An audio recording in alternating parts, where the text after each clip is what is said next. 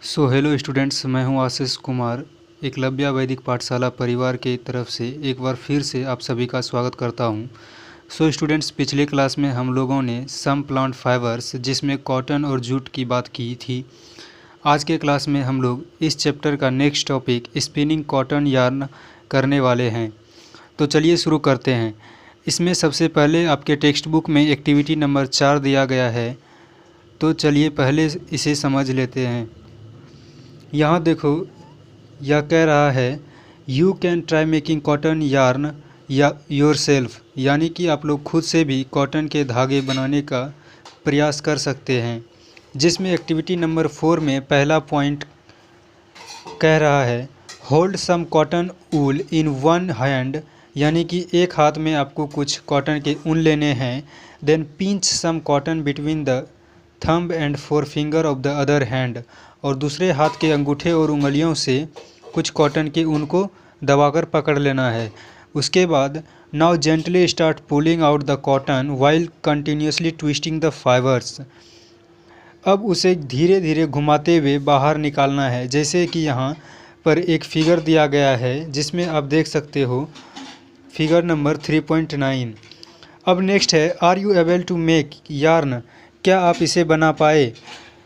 तो देख लिए हम लोग कुछ खुद से कॉटन के धागे को किस तरह बना सकते हैं। अब चलिए आगे देखते हैं। यहाँ पर कह रहा है स्पिनिंग कॉटन यार्न का पहला point the process of making yarn from fibre is called spinning, यानी कि ऊन से धागे बनाने के प्रोसेस को ही हम लोग स्पिनिंग कहते हैं। जैसे कि हम लोग अभी एक्टिविटी नंबर 4 में देखा, इसी प्रोसेस को स्पिनिंग कहते हैं। आप स्पिनिंग वर्ड से भी समझ सकते हैं। जैसे कि शायद आप लोग को स्पिन का मतलब पता हो, घुराना होता है। अब आगे है in this process fibres from a mass of cotton wool are drawn out and twisted, this brings the fibres together to form a yarn. मतलब है आप इसे ऐसे समझो, अगर स्पिनिंग प्रोसेस से धागा बनाने के लिए एकदम बहुत थोड़ा सा कॉटन लिया जाए, क्या उससे धागे तैयार हो सकते हैं? नहीं ना।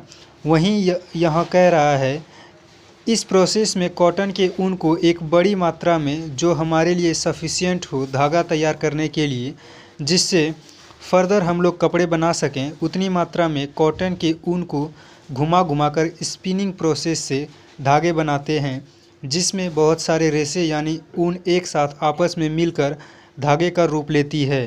अब है a simple device use for spinning is a hand spindle also called तकली, फिगर 3.10। वैसे तो हम लोग दोनों हाथों से भी उनको घुमा घुमा कर धागे बना सकते हैं, लेकिन इसके लिए हाथों से चलाने वाला एक डिवाइस भी होता है जिसको तकली कहते हैं, जो आप यहाँ फिगर 3.10 में देख सकते हैं। अब नेक्स्ट है another hand operated device use for spinning is चरखा, फिगर 3.11, यानी कि एक और भी हाथ से चलाने वाला डिवाइस होता है जिसमें हम लोग ऊन से धागा बना सकते हैं, जिसे चरखा कहते हैं।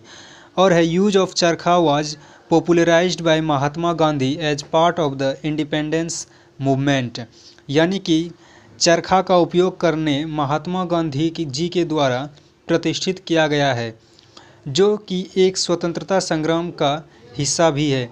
ही encourage people to wear clothes of home spun yarn term as khadi and shun imported cloth made in the mills of Britain.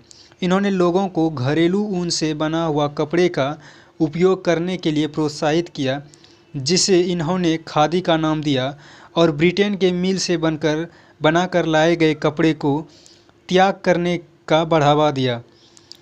अब नेक्स्ट है to popularise and promote Khadi the government of India constituted a body called Khadi and village industries commission in 1956, यानी कि खादी को प्रतिष्ठित और बढ़ावा देने के लिए भारत सरकार ने सन 1956 में खादी और ग्रामीण उद्योग आयोग का गठन किया। अब नेक्स्ट एंड लास्ट है spinning of yarn on a large scale is done with the help of spinning machines after spinning yarns are use for making fabrics, यानी कि स्पिनिंग मशीन के उपयोग से धागों का निर्माण बड़ी मात्रा में होने लगा और उसके बाद उस धागे का उपयोग कपड़े बनाने में किया जाने लगा। सो स्टूडेंट्स, आज हम लोगों ने इस टॉपिक को अच्छे से लाइन बाय लाइन देखा। आज के लिए बस इतना ही। फिर मिलते हैं अगली वीडियो में नेक्स्ट टॉपिक के साथ। बने रहिए हमारे साथ। आप सभी का धन्यवाद।